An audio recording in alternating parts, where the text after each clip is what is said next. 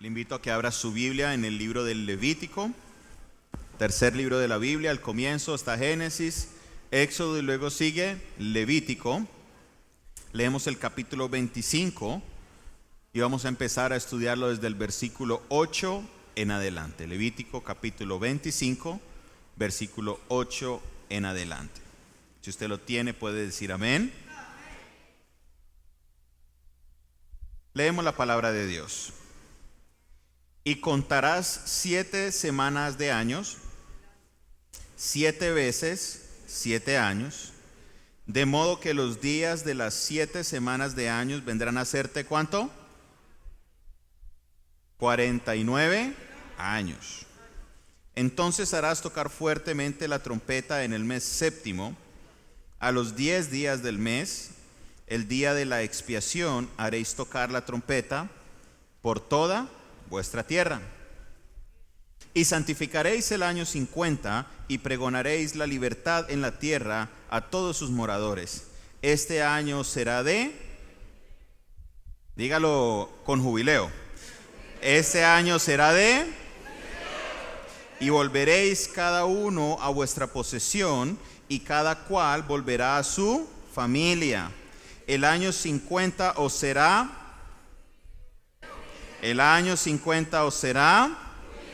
no sembraréis, ni segaréis lo que naciere suyo en la tierra, ni vendimiaréis sus viñedos, porque santo será a vosotros el producto de la tierra comeréis. En este año de jubileo volveréis cada uno a vuestra posesión. Y cuando vendiereis algo a vuestro prójimo, o comprareis de mano de vuestro prójimo, no engañe ninguno a su hermano. Conforme al número de los años después del jubileo, comprarás de tu prójimo. Conforme al número de los años de los frutos, él te venderá a ti. Cuanto mayor fuere el número de los años, aumentarás el precio, y cuanto menor fuere el número, disminuirás el precio, porque según el número de las cosechas te venderá él. Y no engañe ninguno a su prójimo, sino temed a vuestro Dios, porque yo soy Jehová vuestro Dios. Y si usted sigue leyendo, sigue avanzando, va a encontrar la definición de lo que Moisés declaraba lo que era el año de jubileo. El año de jubileo se resume en 4 palabras sencillas. Primero de ellas era libertad. Si ustedes leen el capítulo, dice que todos aquellos que estaban puestos en esclavitud eran hechos, eran hechos libres.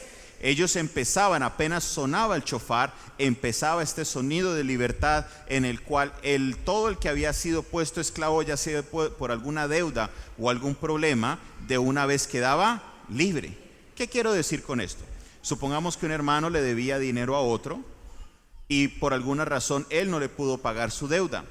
Por la ley de Moisés, la persona que debía el dinero podía ir en esclavitud a la otra persona que le prestó el dinero, y debería ir hasta a veces con toda su familia y trabajar hasta que la persona con su trabajo pagara la deuda. Pero si en ese tiempo había un año de jubileo, automáticamente la persona quedaba hecha libre. Dice una palabra clave: en el día de la expiación harás sonar el shofar. La palabra jubileo viene de la palabra hebrea que se da para trompeta o para shofar, llamada yobel. Si notan, yobel, jubileo tienen una raíz muy parecida, y en sí solo quiere decir el año en el cual sonaba el cuerno o sonaba la trompeta para declarar el año de jubileo. ¿Qué quiere decir el jubileo para nosotros? Son 4 palabras sencillas: libertad, expiación, santificación y restitución. ¿Puede decirlas conmigo? Libertad, expiación, santificación y restitución. En este año el pueblo de Israel entraba en un año de santificación. Dice: este año será santo. Lo dice en el versículo, lo acabamos de leer, dice: este año santo es. Pero el año de jubileo también tenía una característica especial, que todo aquello que se había vendido, todo aquello que se había ido, había cambiado de dueño, o todo aquello que habían perdido por algún mal negocio o demás, regresaba a su dueño original. Se empieza a utilizar el término de restitución. ¿Cómo es el término? Restitución. En ese año se empezaba y se restituía todo lo que se había vendido. Es más, si ustedes notan, la instrucción dice, cuando usted le venda algo a alguien, el precio va a ser basado en el año que usted se lo vendió. En otras palabras, si faltan 10 años para el año de jubileo, la persona que compraba sabía que compraba solo por 10 años, porque en año de jubileo volvía a su dueño original. El año era del año de la restitución, año de la libertad, año de la expiación, año de santificación y año de restitución. Estas 4 palabras yo quiero que usted las anote, se las memorice, porque la serie que vamos a entrar a trabajar durante el mes de septiembre va a tener que ver con estas 4 palabras: libertad, expiación, santificación y restitución. Vamos a cerrar esta serie con un culto profético de restitución, declarando sobre esta casa que todo aquello que has perdido, todo aquello que el enemigo te ha querido quitar, el Señor te lo va a restituir porque estás en tu tiempo de jubileo. Uy, hay 5 o 6 nada más que me entendieron eso. ¿Quién está recibiendo esta palabra? Todo aquello que el enemigo se llevó, te quitó, va a ser restituido en el nombre de Jesús, porque este es tu tiempo de jubileo. Este es tu tiempo de jubileo. Amén, amén. Dele un aplauso fuerte al Señor.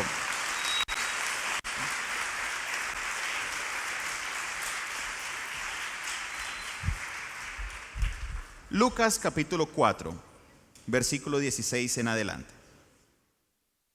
Evangelio según San Lucas capítulo 4, versículo 16 en adelante.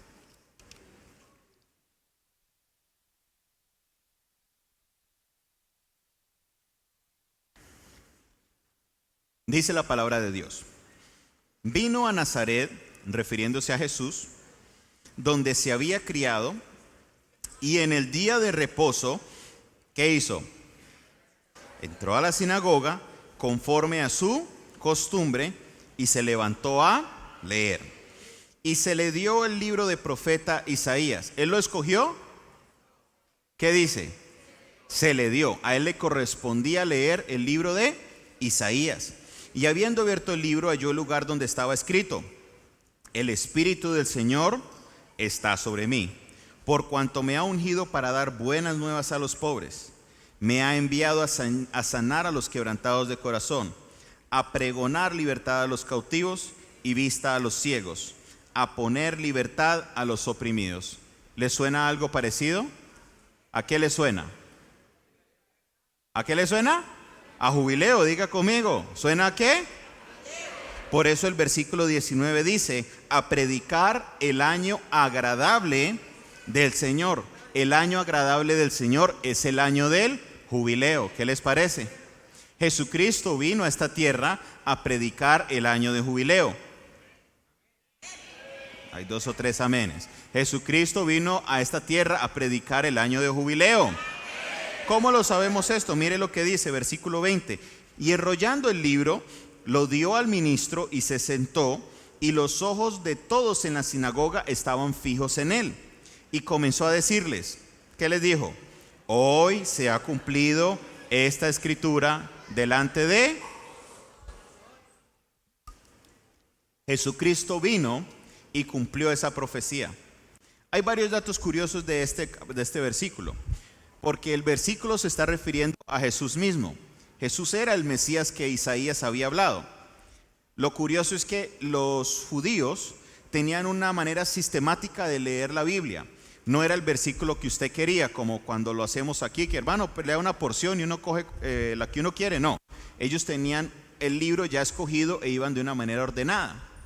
Y cuando justo llega Jesús a la sinagoga, le corresponde leer el libro de Isaías, y él va al capítulo 61, donde dice: el Espíritu del Señor está sobre mí.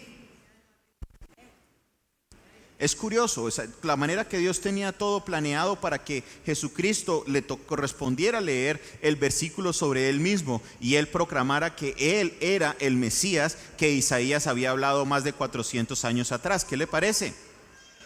¿qué significancia tiene para nosotros el día de hoy? Jesucristo vino e hizo lo primero, que es la expiación.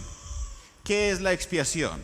La expiación viene de un término redentor que se hablaba en el pasado, en el cual si el hermano le debe un dinero a ella y ella dice, bueno, ya usted no me puede pagar, me lo llevo como esclavo, podía venir el redentor a decir, yo pago la deuda de él.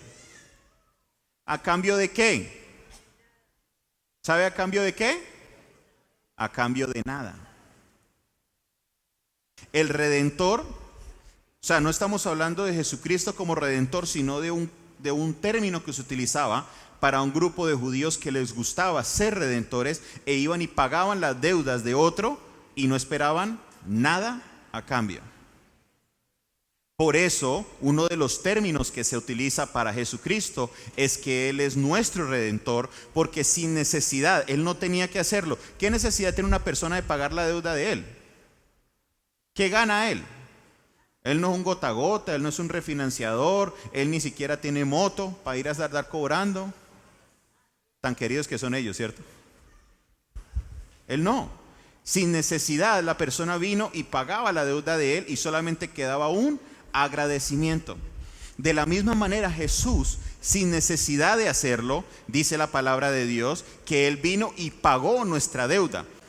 ¿Qué es lo que dice la palabra de Dios? Mas la paga del pecado es muerte. Cuando usted y yo trabajamos y vivimos para el pecado, o tenemos al pecado como nuestro jefe, la paga que el pecado me da a mí es ¿qué?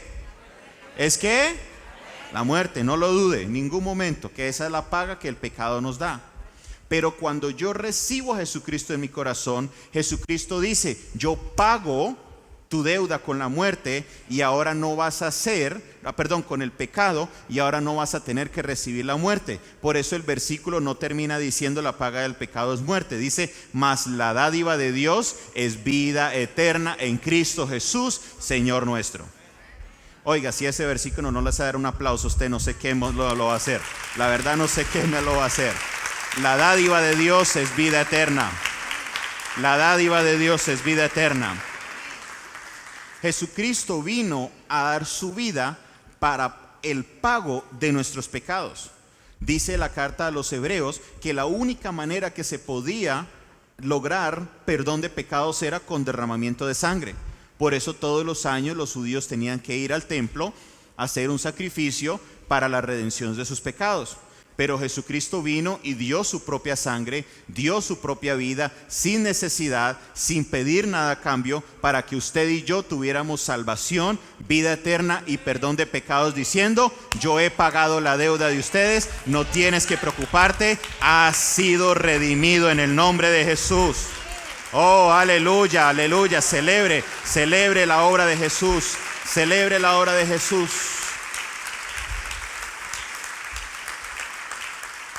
La expiación, esa es la expiación, que la deuda fue pagada. La deuda fue, el castigo que te merecías, cubierto. ¿Cuál es el problema? Espiritualmente, Jesucristo vino a la tierra no para que vivieras un año de jubileo, porque según la ley el año de jubileo era cada 49 años. En el año 50 era que usted podía celebrar jubileo. Mientras tanto, aguante. Cada 50 años usted podía proclamar libertad. Cada 50 años usted podía proclamar, oh, ahora sí soy libre de deudas. Cada 50 años podía decir, oh, ahora sí no soy esclavo. Jesucristo vino, dice la Biblia, dice el versículo, a predicar el año agradable de Dios. Cuando dice el año agradable se está refiriendo al jubileo. Quiere decir esa palabra que cuando usted pasó aquí al frente e hizo la oración de fe y dijo, acepto a Jesucristo como mi único y suficiente Salvador, ese es el momento en que tu jubileo empezó. Ese es el momento en el cual usted empieza el proceso de expiación, en el cual Jesús dio su vida, su sangre por tus pecados, y empiezas a disfrutar de la libertad que tienes en Cristo Jesús. En otras palabras, iglesia, el año de jubileo deja de ser un año y se convierte en una vida, en un tiempo de jubileo que usted y yo tenemos que estar viviendo desde el momento que aceptamos a Cristo Jesús en nuestro corazón. ¿Cuántos dicen amén? ¿Cuántos dicen amén? ¿Cuál es el problema? ¿Qué es la dificultad? Que todos nosotros no entendemos, o la mayoría de nosotros no logramos entender el término libertad. Y confundimos libertad con libertinaje. La libertad tiene una definición especial y quiero hacer mejor ejemplos para que logre entender los límites de la libertad, porque la libertad no es ilimitada. Dice nuestra Constitución, o la base de nuestra Constitución es que mi libertad termina cuando empieza la de otro. ¿Alguien ha escuchado eso? Mi libertad termina donde empieza la libertad de mi vecino. Tenemos libre expresión, ¿sí? Ahora, yo puedo ir al Facebook y publicar algo que no es de él y decir cosas malas de él. ¿Por qué? ¿Qué pasa? Si usted me pilla, ¿qué puede hacer? Me puede demandar. Y eso me puede llevar a multas financieras y hasta cárcel. Se llama difamación. ¿Pero qué pasó? ¿No era que había libertad? Sí, yo soy libre, pero la libertad tiene sus límites. Y si me paso de los límites, ¿qué va a pasar? Esa libertad va a tener consecuencias. Es algo curioso. Estoy enseñando, no sé si he compartido con ustedes, estoy ahora enseñando en el colegio de la iglesia. Estoy haciendo unos reemplazos. Y resulta que dejo las tareas y muchos muchachos no las presentan. Y me dicen, profesor, ¿la puedo presentar el lunes? Sí, claro. Que se la califique es otra cosa, pero usted tiene toda la libertad de presentarla el lunes. Si no la trajo hoy, pues tiene la libertad de presentarla o no, ¿cierto? Y si no la presenta, pues saca uno, y si la presenta, pues saca lo que hizo. ¿No la hice hoy? ¿La puedo presentar el lunes? Sí. Pero no le garantizo que la voy a calificar. Todos tenemos la libertad, pero la libertad tiene sus límites y tiene sus reglas. Y debemos entender que cuando Jesucristo nos hizo libres, Él quería hacerte libre del pecado. Él quería hacerte libre de la esclavitud que el enemigo quería hacer sobre tu vida. Él te hizo libre completamente para que vivas una vida santa, viva y agradable a Dios. Dice, presentemos nuestros cuerpos como un sacrificio ¿qué? Vivo, santo y agradable a Dios. Pero ¿qué hacemos nosotros tratando de vivir un año de jubileo cuando seguimos siendo esclavos del pecado?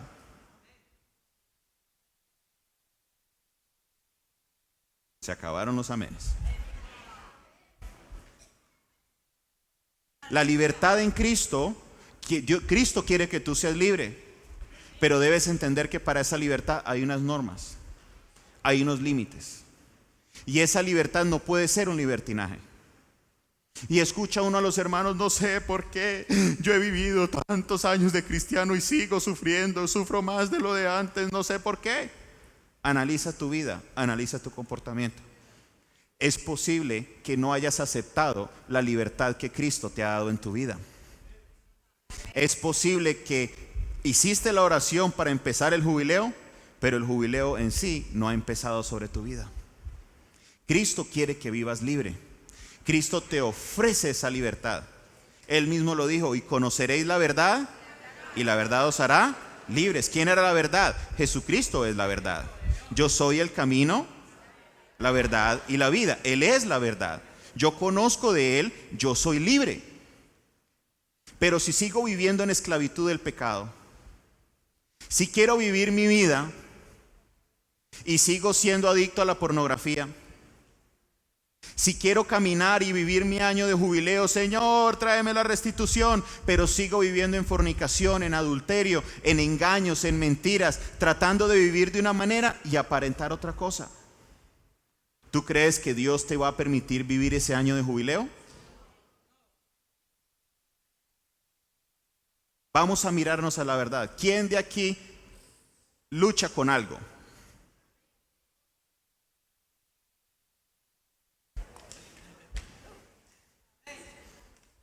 ¿Quién de aquí está luchando con su carne? El que no levante la mano, la verdad. Dice el apóstol Juan, al que diga que no es pecador, se dice así mentiroso. ¿Por qué? Por cuanto todos pecaron, están ¿qué? Destituidos de la gloria de Dios. Pero hay una diferencia entre pecar y vivir en pecado. La verdad, hermanos, es que hay áreas de nuestras vidas con las que nosotros luchamos que debemos entregárselas en las manos a Dios. Hay áreas de nuestras vidas que todas las conocemos. Hay algunas que son públicas, hay otras que no son tan públicas. Que todos nosotros debemos decirle, Señor, te entrego en tus manos esto. Pero mientras usted esté feliz con un pie allá y con otro pie acá, no sé por qué sigo en las mismas. Me levanto en victoria y vuelvo a lo mismo. ¿Sabe por qué? Porque estás viviendo en las mismas. Decía Albert Einstein en una de sus citas muy famosas que la definición de una persona mentalmente incapaz de tomar decisiones es cuando la persona hace lo mismo y espera un resultado diferente. ¿Quieres esperar un resultado diferente? Haz algo diferente. No puedes seguir viviendo la misma vida que vivías antes de ser cristiano y esperar vivir libre en Cristo. Porque estás siendo esclavo ¿de quién? Debes entender que Jesucristo vino a esta tierra con un solo propósito: para arrebatarle las llaves al pecado, para arrebatarle las llaves de la muerte, para hacerte salvo, para hacerte libre, porque de tal manera amó Dios al mundo que dio a su único Hijo para que todo aquel que en Él crea no se pierda, sino que tenga vida eterna. Él vino para darte vida eterna a ti. Él vino para que vivas libre. Él vino para que tú empezaras una nueva etapa en tu vida. Amén. Mas Dios muestra su amor para con nosotros, que en que siendo aún pecadores, Cristo murió por nosotros, dándonos una muestra del verdadero amor. El verdadero amor, jóvenes y jovencitas que son solteros, no es cuando alguien lo quiere a usted por lo bonito que usted es, o por lo rico que usted es, o por lo inteligente que usted es. No, eso no es amor. Amor es cuando lo quieren a usted a pesar de su mal genio, a pesar de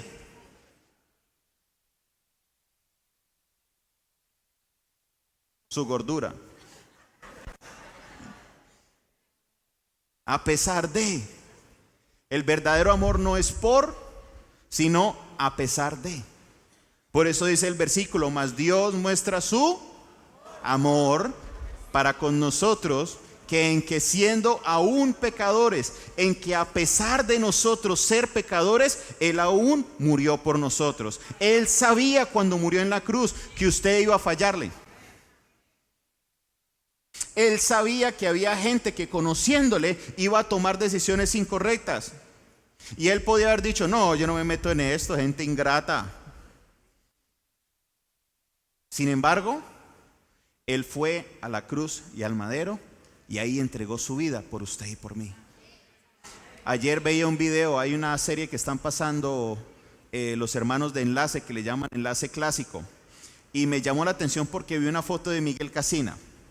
Para mí, Miguel Casina es uno de los compositores el que más me gusta de toda la música cristiana. Una de sus canciones no tan famosas dice, tu fidelidad es grande. Esa es de su puño y su letra. Y él estaba justamente contando una historia de la canción de tu fidelidad. Decía él que mientras escribía esa canción, él cantaba, tu fidelidad es grande. Pero él dice que mientras cantaba, él sentía que del cielo le cantaban a él, tu infidelidad es grande.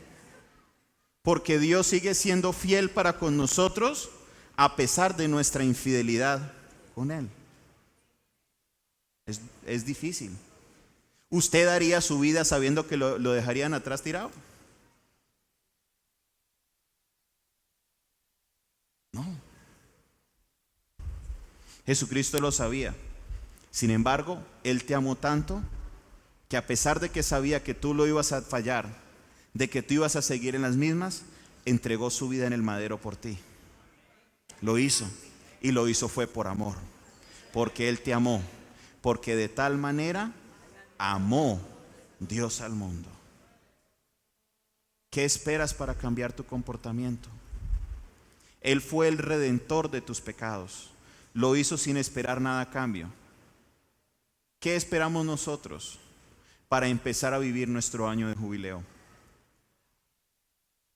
Iglesia, lo que requiere es un cambio de actitud, un cambio de comportamiento, una evaluación en el cual usted diga: "Hey, esto en lo que estoy fallando y debo mejorarlo. Esta es mi área débil, se la voy a entregar al Señor. Esto es lo que yo estoy pecando, es hora de que yo transforme mi vida. Pero si quiero vivir siguiendo la doble vida en la cual tengo una cara y mi atrás es otro, déjeme decirle, no va para ningún Pereira, como dicen por ahí". ¿A qué he venido hoy? ¿Cuál es mi propósito con el mensaje? No quiero condenarte, no quiero hacerte sentir mal, no quiero que usted se vaya diciendo me voy para el infierno, no. Lo que vengo a decirte es que la primera carta de Juan, capítulo 1, versículo 9, dice: si confesares tus pecados, Él es fiel y justo para perdonar tus pecados y limpiarte de toda maldad.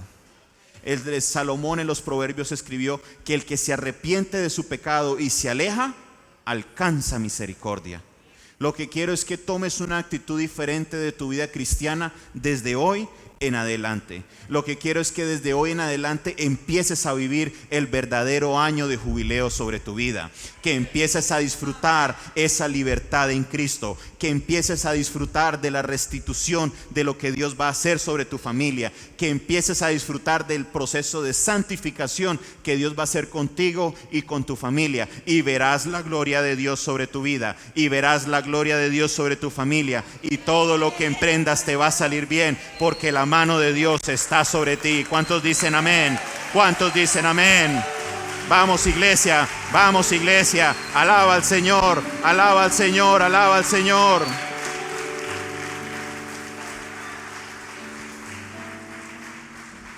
Alaba al Señor. La libertad que ofrece Cristo, nadie más te la puede ofrecer. Puedes que vivas la vida que quieras vivir, entre comillas, en libertad.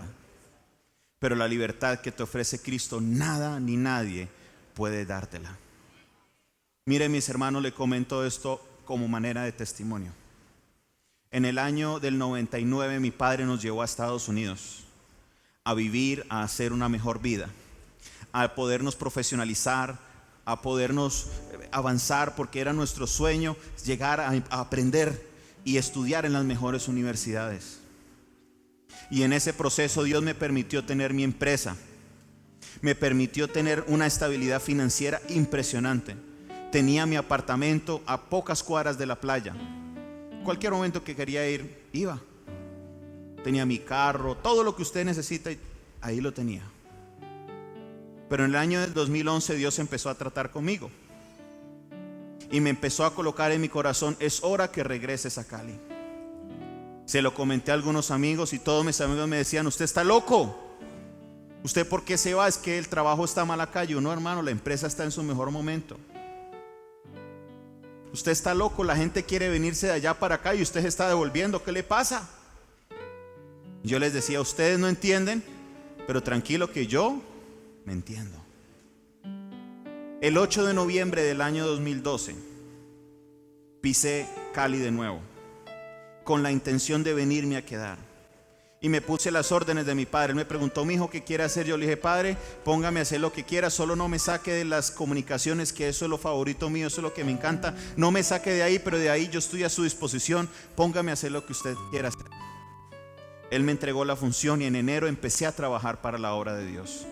Y déjeme decirle, mi hermano, a pesar de todo lo que viví, a pesar de todos los premios, de todas las cosas que el Señor me permitió ver, Hubo un año en que mi empresa le representó más de $1 millón en ventas a la compañía telefónica.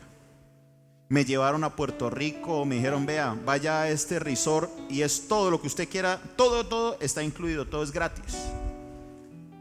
Un paraíso, una cosa impresionante.